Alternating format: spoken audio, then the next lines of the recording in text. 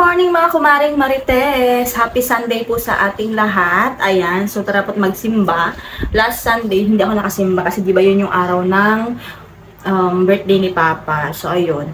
Pero importante is nagpipray tayo, di ba po? Ayan. And then, mamaya, ayaw ko sasama si Papa. Sabi niya sasama din daw siya eh. Pero parang medyo hindi na naman daw siya okay. So sabi niya, papasyal kami doon kila ate ko Jessica. Susunduin kami ng asawa niya kasi andyan yung asawa niya yung bakasyon din. Sakto, meron kami parang sasakyan. And then, umorder din kasi siya ng soft drink sa kabila kasi meron silang negosyo dito sa kabila na mga soft drink. So, umorder siya pampa merienda niya sa mga trabahador niya kasi nagpapagawa siya ng terrace niya. Ayun, so papakita ko naman mamaya, madadala ko naman yung pamangkin ko. Nakakamiss kasi yung batang yun, no? So, sa pamangkin muna tayo mag-focus. Charis. So, ayun po, samahan niyo po kasi anong oras na. Hello po!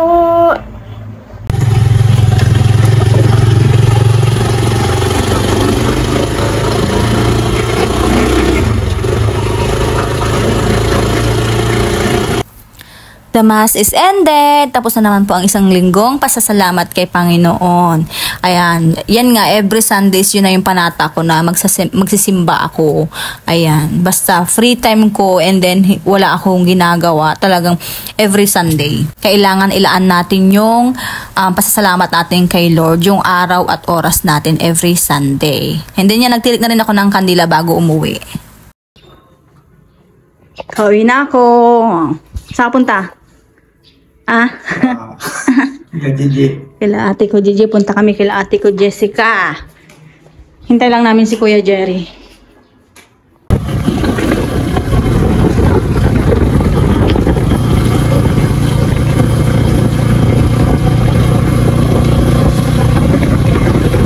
Pinalakyan namin talaga kasama na yung parking pa. Oh, tingnan yung pinapagawa ni ate ko Jessica.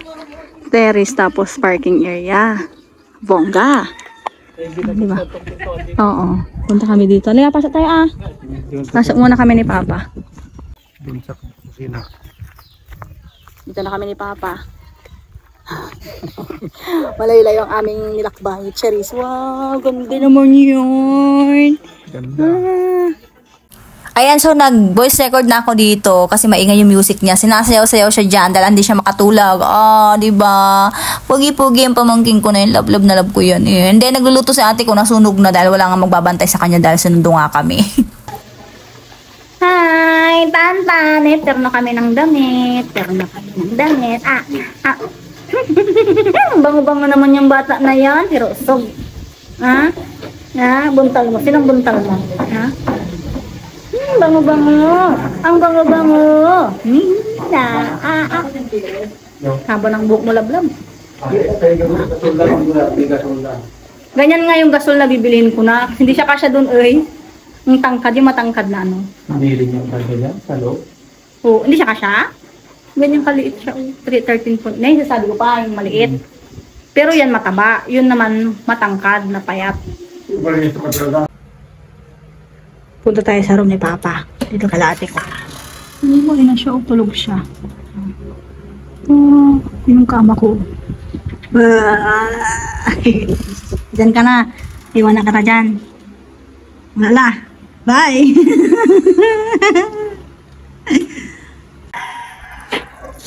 Nagluluto ng alamang. Tapos meron ditong barbecue. Ayan, so ayan. Tititingin kami ng mangga Mapata kayong mangga namumunga. Ayun! Ang daming bunga. Ayun. Nakikita niyo yun? Nakikita niyo ba? Kukuha kami dyan mamaya. Tapos tignan niyo itong halaman ni ate ko. Ang ganda. Andito siya sa likuran. Gusto ko nga humingi kaso wala akong paso. So ang gandang tignan. Hingi na lang ako tapos bibili ako ng paso para meron ako halaman dito. So ayan, habang busy day ang ate ko, syempre, pag pumapasyal ako dito every Sunday, ako talaga nag-aalaga kay Tantan. Gustong-gusto ko naman.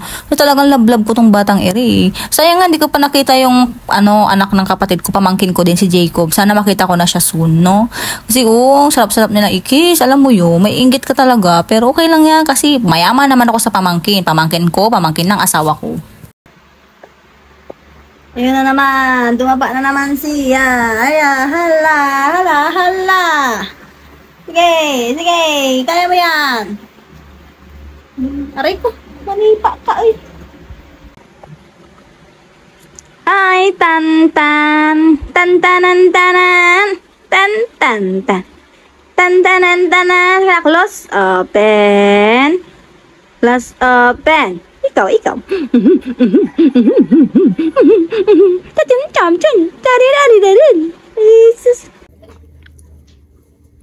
Kain tayo barbecue. Ayan, nag-ihaw na kami. Yan, si Tantan at si Papa. Kasi uwi na kami mamaya. Kain mo na. Kasama naman ikaw dyan na. Bakit? Sino yon? Si Anyo ah. Kain po. Ay, hindi ka pwedeng kumain ah. Tantan. Valid. Kakaibang isaw yan, father. 15 pesos.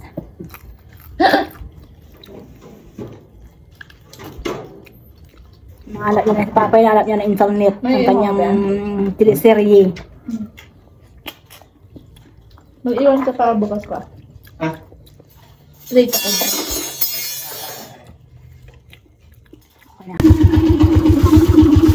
Uwi na bye. kami. Gumalang matanda. Hello po! Kauwi namin ni Papa ko. Galing doon kila ate ko Jessica. So yun. Hindi ako masyadong nakapag-ano. So yun lang ang ganap. Nagsimba ako. Tapos pumunta na masyal kami ni Papa. Ipinasyal ko siya doon kasi lagi na lang siya dito sa bahay. So, yung sabi ko gusto mo mamasyal kila ate ko Jessica, sabi kong gano'n sa kanya. Tara, sabi ko. Sumama siya. After ko nagmas, ayaw niya kasi nung medyo malamig. So, siguro takot siya sa tubig dahil malamig si Papa. So, sabi ko magsimba tayo, kapatas diretso na lang tayo doon. Magpasundo na lang tayo. Doon na lang tayo sa simbahan, sabi ko.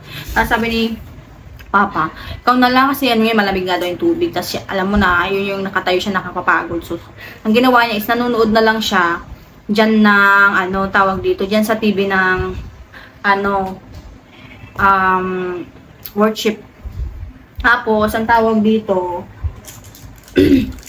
so, nagsimba ako, din na late na ako. Pagdating ko naman, sakto naman, hindi naman late talaga, sakto lang. Hindi ko lang parang paiba-iba yung oras nila doon. Opo, kasi yung oras nila doon is, noon, dapat 9, nandun ka na. Pero dumating ako, magna 9:30 na ata yun eh. Tapos biglang, yun, mag-start pa lang. It's okay lang naman kasi kanina, kala ko late, nung kahapon, late na talaga ako.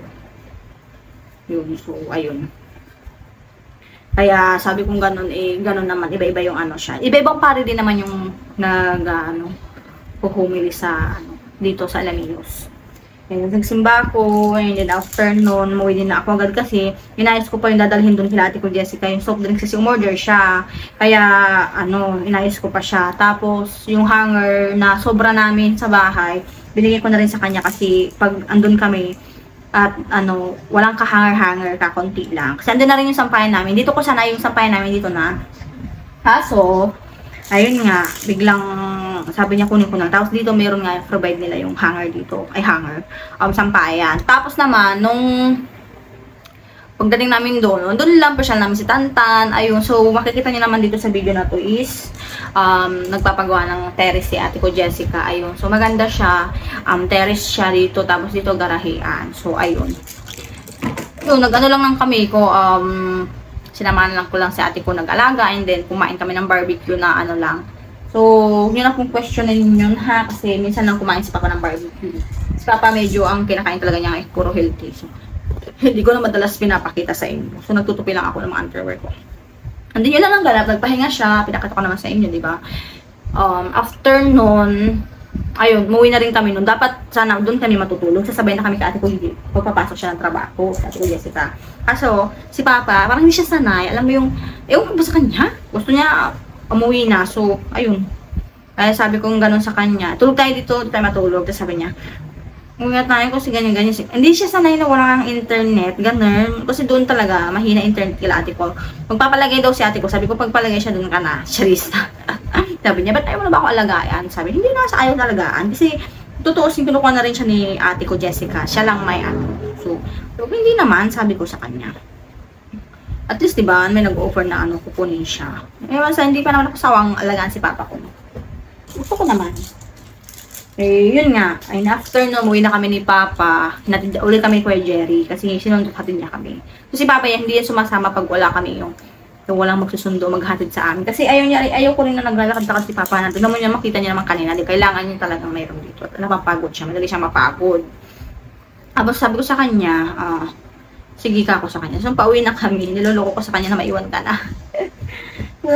Enjoy naman kasi nag-moment-moment din kami doon. Kasi si Papa, minsan, gusto ko rin talaga siya din ipasyal. Kasi yung dito lang siya, nakahiga, ganun lang ginagawa niya. So, syempre, di ba nga, tumatanda na, and then mild stroke nga, di ba? So, ayun, sabi ko, habang wala pa naman din. Ilang beses naman na rin ako nag-apply, di wala pa rin naman talaga.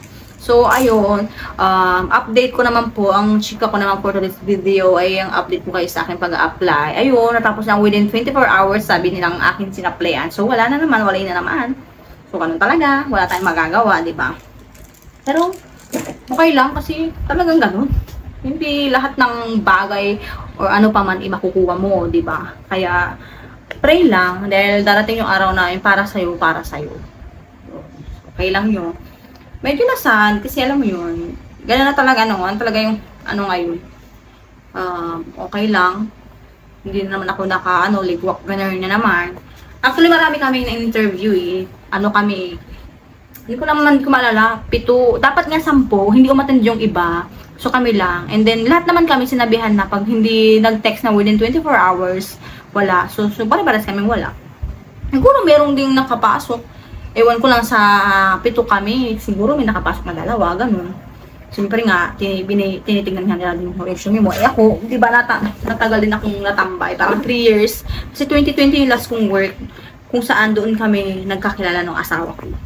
Kaya, and then sabi ko naman sa kanya, sabi niya sa akin, iubos na yung resume ko.